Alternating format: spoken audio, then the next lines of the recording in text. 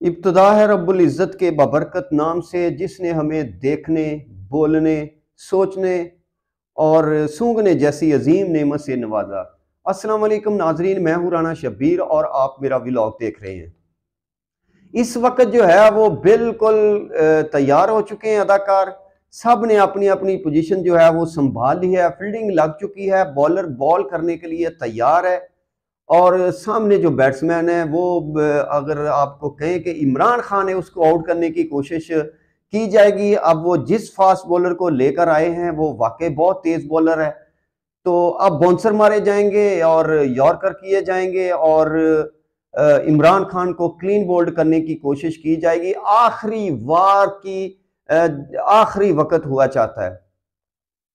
Forward block की जो खबरें आप सुन रहे हैं ये हवाई बातें नहीं है, ये बिल्कुल हकीकत है। चंद दिनों में जो है वो शाह महमूद कुरैशी बाहर आ रहे हैं जेल से और 20 से 25 एमएनए का जो एक दस्ता है, खूबसूरत गुलाबों का दस्ता, वो तैयार करके उन्होंने रखा हुआ है। उसको वो लीड करेंगे और वो असेंबली के अंदर फॉरवर्ड ब्लॉक बनाने जा रहे हैं। यानी कि ये पाकिस्तान तहरीक इंसाफ को तोड़ने की जो लास्ट कोशिश है उस पर काम हो चुका है।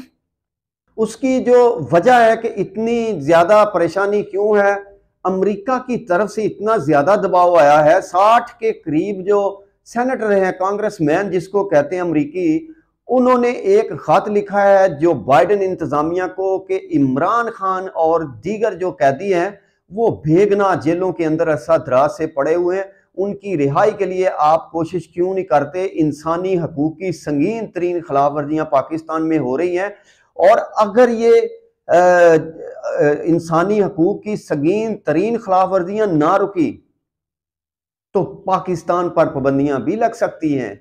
ईरान पर पाबंदियां किस लिए लगी हैं? अगर आप शुमाली कोरिया को देखते हैं या दीगर मुल्कों पर जो पाबंदियां लगी हैं वो इंसानी हकूक की वजह से ही लगी हैं। और पाकिस्तान ICCPR का मेंबर भी है, जिसमें हमने लिखा हुआ है कि हम जो है वो सियासी, मजहबी और समाजी हर तरह की आज़ादी जो है वो अपने शहरियों को देंगे। लेकिन पाकिस्तान के अंदर ना इस वक्त शख्सी आज़ादी है, ना मजहबी आज़ादी है और ना सियासी आज़ादी है।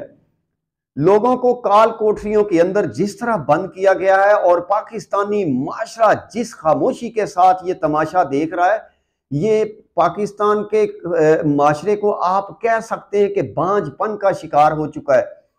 हम सिर्फ और सिर्फ 2-3 हदीसें सुनाते हैं, हम किसी जगह बैठ के 2-3 हमें मिसालें याद आती हैं, वही हम सुना देते हैं, अमल कोई नहीं करते। पाकिस्तान का माशरा बुरी तरह जो है वो बेरारवी का शिकार हो चुका है। हम अखलाकियात के सबसे जो गहरा खड्डा है उसके अंदर हम जाकर गिर चुके हैं।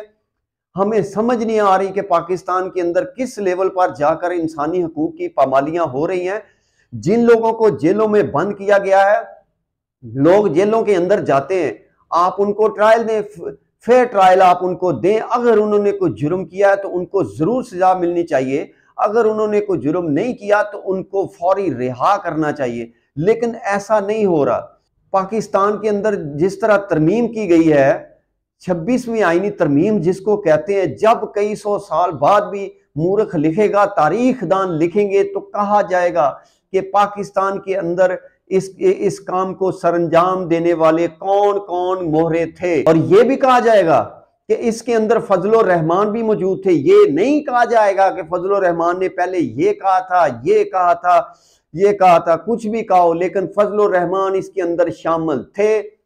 दौलत, ओहदे, इस लालच ने पाकिस्तानी माशरे का बेड़ा गर्क कर दिया है। पाकिस्तान के अंदर कोई भी शख्स हक और सच की आवाज उठाने के लिए तैयार नहीं है।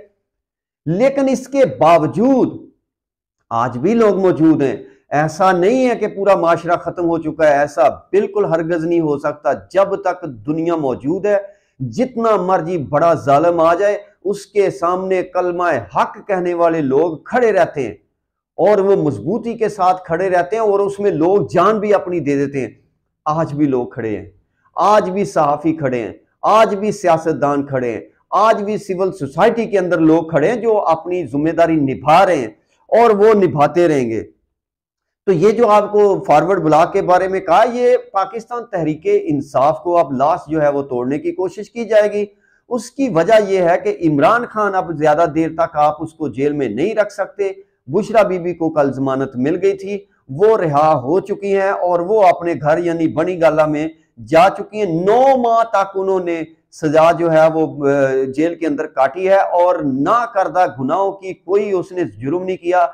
उसका यही एक जुर्म था कि वो इमरान खान की बीवी थी और उस पर इंतहाई घटिया किस्म के इल्जामात लगाए गए और ये कोई छोटी बात नहीं थी। इमरान खान के बारे में कुछ लोग ये पेशन गोइयां कर रहे हैं और मैं भी यही समझता हूं कि दिसंबर के महीने तक इमरान खान को यानी 2025 शुरू होने से पहले बाहर आ जाना चाहिए और लग ऐसे रहा है कि इमरान खान बाहर आ जाएंगे और सूरत हाल कुछ जो है वो बेहतरी की तरफ चली जाएगी। और एक और बहुत बड़ी खबर है कि काजी चला गया।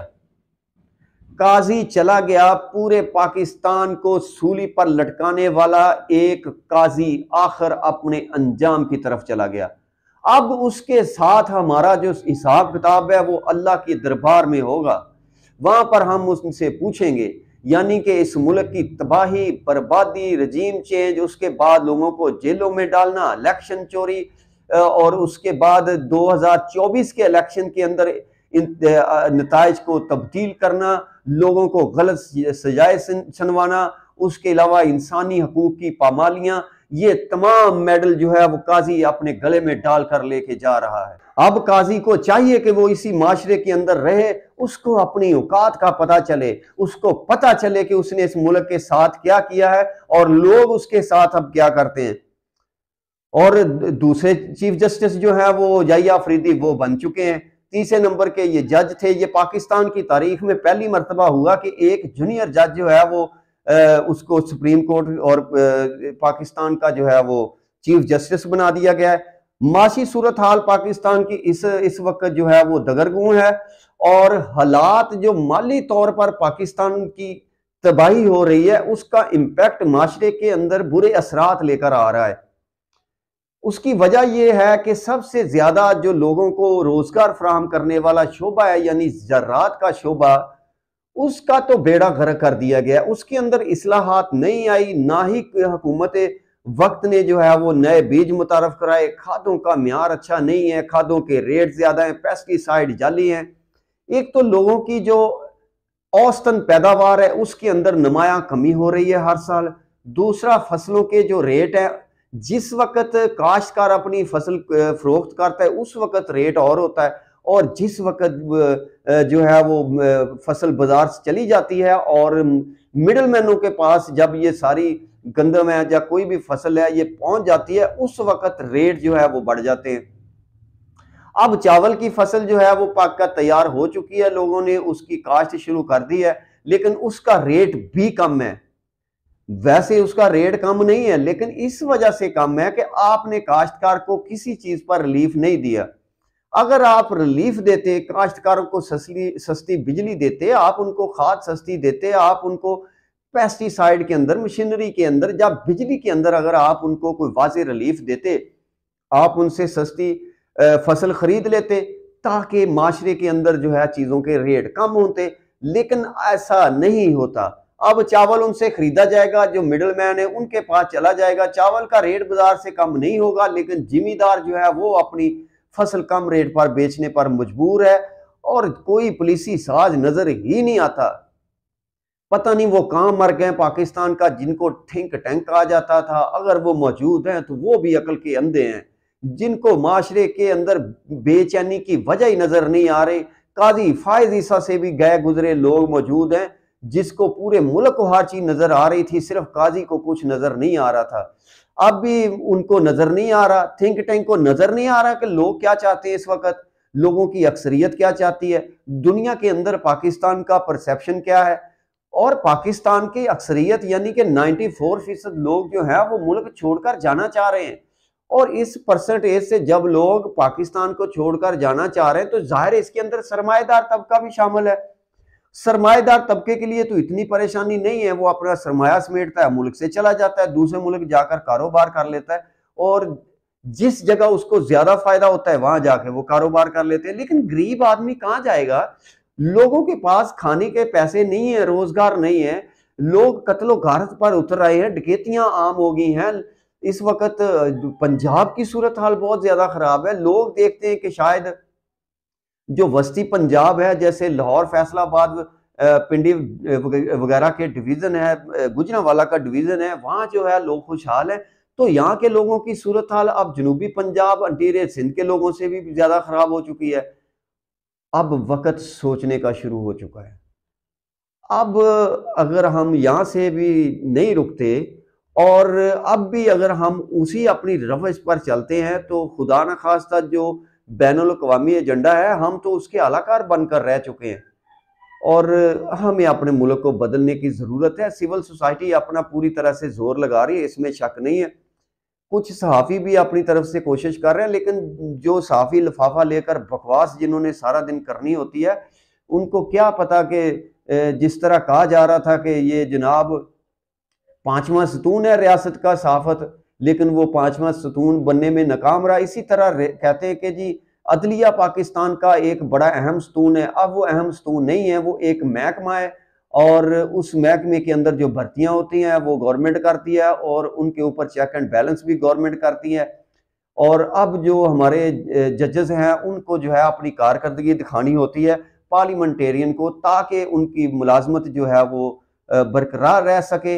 ये सूरत हाल है इस वक्त पाकिस्तान की, लेकिन बेहतरी की उम्मीद अभी दूर दूर तक नजर नहीं आती। लेकिन बिल्कुल नाउम्मीद नहीं होना चाहिए। इंशाल्लाह जब सूरज गुरूब होता है तो दोबारा तुलू जरूर होता है, ये याद रखना चाहिए। बहुत शुक्रिया। पाकिस्तान पाइंदाबाद।